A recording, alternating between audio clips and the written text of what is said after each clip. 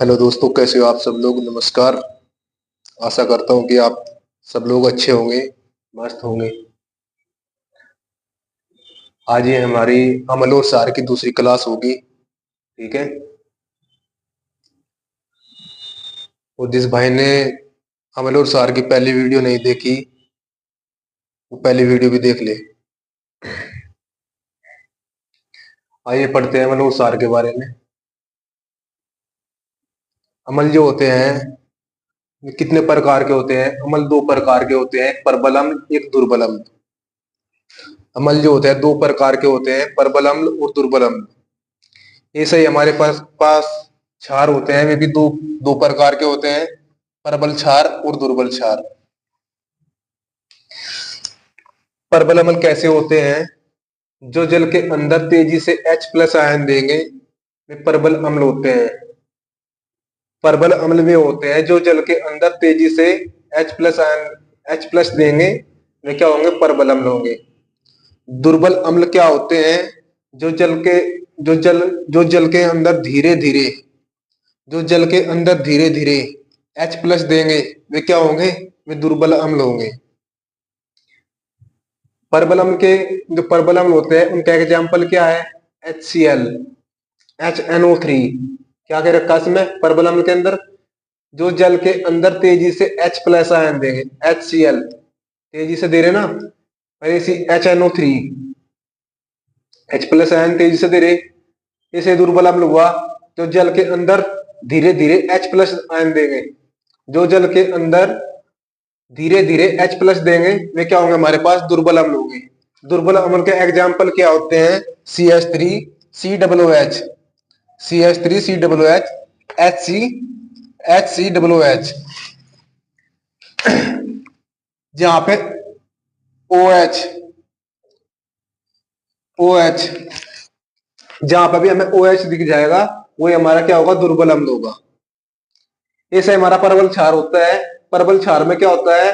परवल क्षार जो होता है वो जो जल के अंदर तेजी से OH माइनस देगा, जो जल के अंदर तेजी से क्या देगा? OH माइनस देगा, वो हमारा क्या होगा? परवल क्षार होगा। दुर्बल क्षार क्या होगा? जो जल के अंदर धीरे धीरे OH माइनस देगा, जो जल के अंदर धीरे धीरे क्या देगा? OH माइनस देगा, वो हमारा क्या होगा? दुर्बल क्षार होगा। आइए समझते हैं परवल क्षार के एग्जाम्पल। परवल क्षार के एग्जाम्पल क्या होते हैं? NaOH, sodium hydroxide. ये सही होता है KOH। इसमें क्या कर रहा है? जो OH माइनस दे रहा, जो OH है तेजी से देगा, OH माइनस तेजी से देगा। देखो Na, ये क्या हुआ? सोडियम OH स्पीड से दिया ना OH, इसे मेरे पास क्या हुआ? K। क्या हुआ? के क्या होता है? पोटेशियम। OH कितनी स्पीड से दिया? ऐसे ही। ठीक है।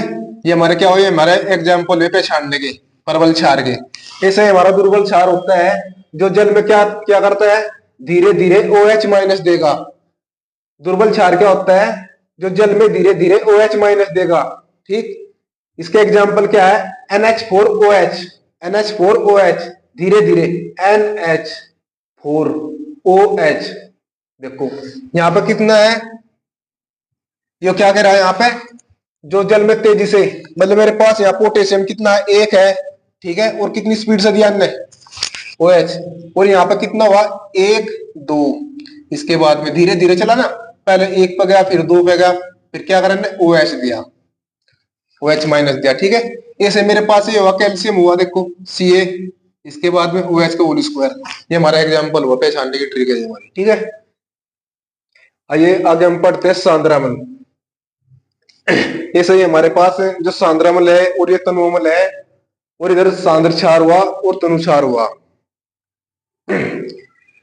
सांद्रामल क्या होता है? वैसा विलयन जिसमें अमल की मात्रा अधिक हो।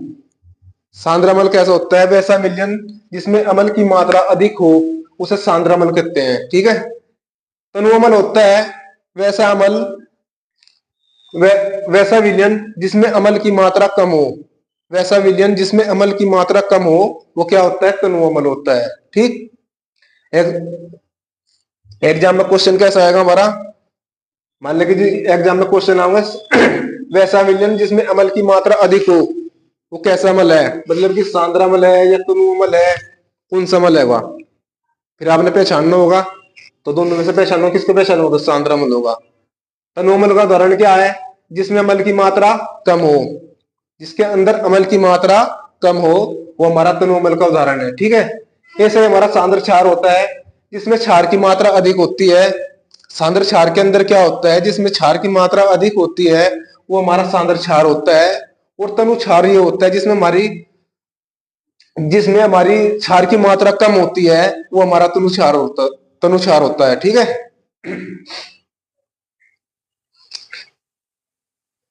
आइए एग्जाम्पल के तौर पे समझते हैं। जो परबल अम्ल को और किस नाम से जानते हैं, खनिज अम्ल के नाम से भी जानते हैं। परबल अम्ल को किस नाम से भी जानते हैं, खनिज अम्ल के नाम से भी जानते हैं। मान लें मेरे पास HCl है, HNO3 है।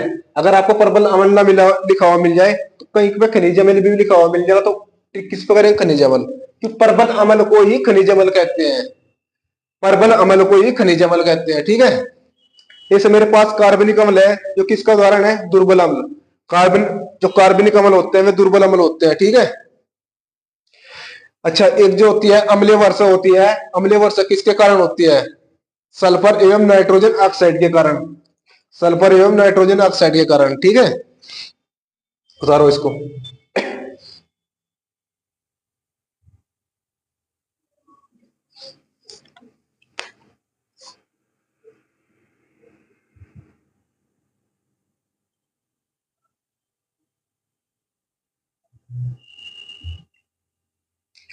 अच्छा दोस्तों, भी आगे चलते हैं हम इस पे ऑक्सीएमएल पे।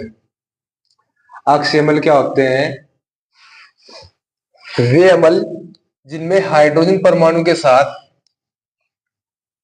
वे अम्ल जिसमें हाइड्रोजन परमाणु के साथ एक ऑक्सीजन परमाणु संयुक्त रहता है और एक अन्य तत्व, मतलब कि मेरे पास हाइड्रोजन का परमाणु तो होंगे लेकिन इसके साथ ओनली सिर्फ एक ऑक्सीजन परमाणु होगा और प्लस एक अन्य,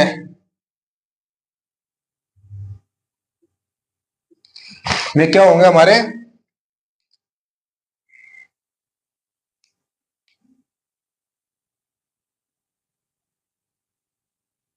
वे हमारे होंगे ऑक्सीएमएल।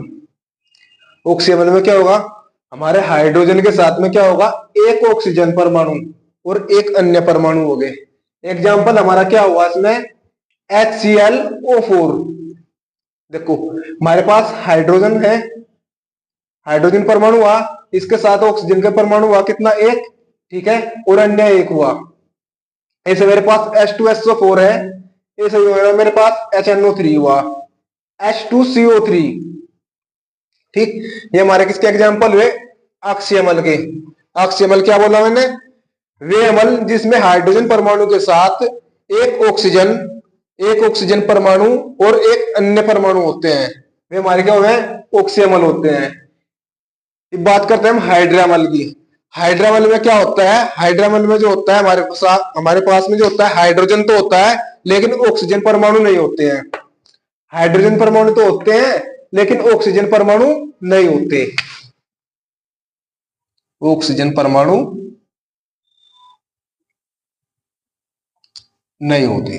ठीक है, इसका एग्जांपल क्या है, HCl। देखो इसमें HCl हाइड्रोजन परमाणु तो है लेकिन ऑक्सीजन परमाणु नहीं है। ऑक्सीजन का सिंबल क्या है, O2। बताओ, है कहीं ऑक्सीजन का कोई परमाणु, HF है तो नहीं ऑक्सीजन का कोई परमाणु। ठीक है, ये बात है अम्लीयता का क्रम। अगर मान लें कि किसी चीज की अम्लीयता पूछ ली जाए, किसकी अम्लीयता सबसे अधिक और किसकी अम्लीयता सबसे कम। जैसे मान लें कि मेरे पास HClO4 है और HClO3 है, HClO2 है, HClO2, HClO। ठीक है, अगर हम एग्जाम में क्वेश्चन कैसे आएगा कि किसकी अम्लीयता सबसे अधिक है, HClO4, HClO3, HClO2, HClO। इसकी अम्लीयता सबसे कम, फिर इसकी अम्लीयता इससे ज्यादा और इसकी अम्लीयता इससे ज्यादा और इसकी अम्लीयता इससे ज्यादा। तो सबसे अधिक अम्लीयता किसकी होगी, HClO4 की, और सबसे कम किसकी होगी, HClO की। ठीक है, कि मान लीजिए एसिड जो शब्द है इसकी उत्पत्ति कहां से हुई है, एसिड शब्द की जो उत्पत्ति है ये कहां से हुई है? एसिडस शब्द से हुई है। ठीक है, कहां से हुई? एसिडस से हुई है। अब करते हैं प्राकृतिक अम्ल क्षार सूचक। प्राकृतिक अम्ल और क्षार सूचक क्या होते हैं? मान लीजिए जैसे कि लाल गोभी का पत्ता और पटूनिया का पत्ता, गुलर का फूल, लिटमस और हल्दी, ये किसके सूचक हैं? प्राकृतिक अम्ल और क्षार सूचक के सूचक है। ठीक है, ये मान लीजिए एग्जाम में क्वेश्चन कैसा होगा? लाल गोभी का पत्ता किसका सूचक है? प्राकृतिक अम्ल क्षार सूचक का सूचक है। बात करते हैं कृत्रिम अम्ल क्षार सूचक। मिथाइल ऑरेंज और फेनोल्फथालीन, ये किसके सूचक है? कृत्रिम अम्ल क्षार सूचक के उदाहरण है। ठीक है, एग्जाम में क्वेश्चन कैसे पूछेगा? मान लीजिए फेनोल्फथालीन है, ये किसका सूचक है? ऑप्शन दे देगा क्या? प्राकृतिक अम्ल क्षार सूचक, कृत्रिम अम्ल क्षार सूचक, और ऑप्शन और दे देगा, तो आपने पहचानना पड़ेगा तो किसका होगा? कृत्रिम अम्ल क्षार सूचक का। ठीक है, ऑल फैक्ट्री संकेतक क्या होता है? ग्रहण संकेतक। ऑल फैक्ट्री संकेतक वो होता है जो ग्रहण संकेतक होता है जिसमें हमें खुशबू आती है किसी भी चीज की, हम किसी भी चीज को खुशबू से पहचान सकते हैं। मान लें कि जैसे कि लौंग, हम उसको खुशबू से पहचान सकते हैं कि ये लौंग है। प्याज, वेनिला एसेंस, ये हमारे पास ये खुशबू वाली चीज है, ये हमारे पास किसके अंतर्गत आती है? ऑल फैक्ट्री संकेतक, ग्रहण संकेतक। ठीक है, क्वेश्चन कैसा आएगा? लौंग, प्याज, वेनिला एसेंस किसका संकेतक है? ग्रहण संकेतक, यानी कि ऑल फैक्ट्री संकेतक के। ठीक, अब आप एक बात बताओ, जो लाइकेन होता है वो लाइकेन किसका बना होता है? लाइकेन जो हमें प्राप्त होता है वो कहां से प्राप्त होता है?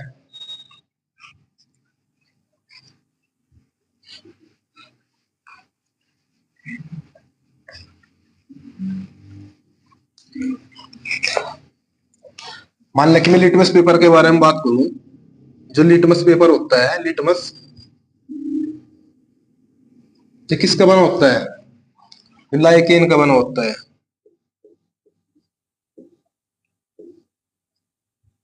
लिटमस पेपर किसका बना होता है? लाइकेन का। अगर मान लें कि लिटमस पेपर का रंग पूछ लिया जाए, इसका रंग कैसा होगा? लिटमस पेपर का रंग जो होता है वो बैंगनी रंग का होता है। ठीक है, बैंगनी रंग का।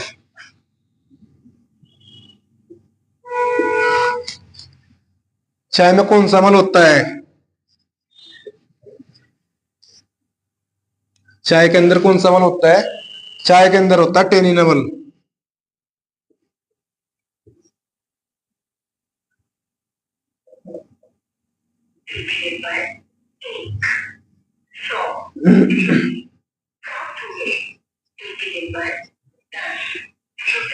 चाय के अंदर कौन सा अम्ल होता है? टेनिन अम्ल होता है। एक मान लगी अगर पूछा जाए कि H2SO4, इसका रासायनिक नाम क्या है? सल्फ्यूरिक अम्ल।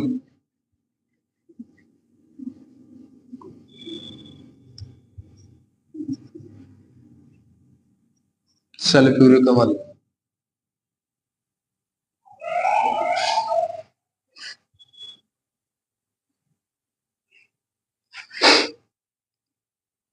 खाद्य पदार्थों में कौन सा अम्ल पाया जाता है? जो खाद्य पदार्थ होते हैं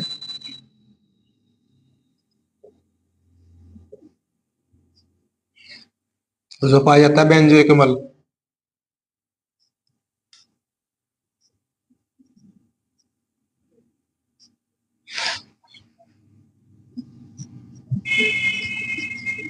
बेंजोइक अम्ल। इससे अगले वीडियो में हम जितने भी अम्ल है, मतलब कि किस पदार्थ में कौन सा अम्ल पाया जाता है और किसका पीएच मान कितना होता है, नेक्स्ट वीडियो में हम करेंगे। ठीक है, और दोस्तों अगर आपको मेरी वीडियो अच्छी लगी हो तो कमेंट जरूर करा करो। ठीक है, इससे मुझे भी हौसला मिलेगा और मैं आपके लिए और अच्छी अच्छी वीडियो लेकर आऊंगा। और मैं आपसे गारंटी देता हूं कि आप जिस टाइम मेरा जो अमन और क्षार और लवण कंप्लीट हो जाएगा, आप किसी भी किताब से कोई भी क्वेश्चन बना लियो, कोई भी क्वेश्चन नहीं छूटने का। ठीक है, आज तक की वीडियो में इतना ही रखते हैं। धन्यवाद।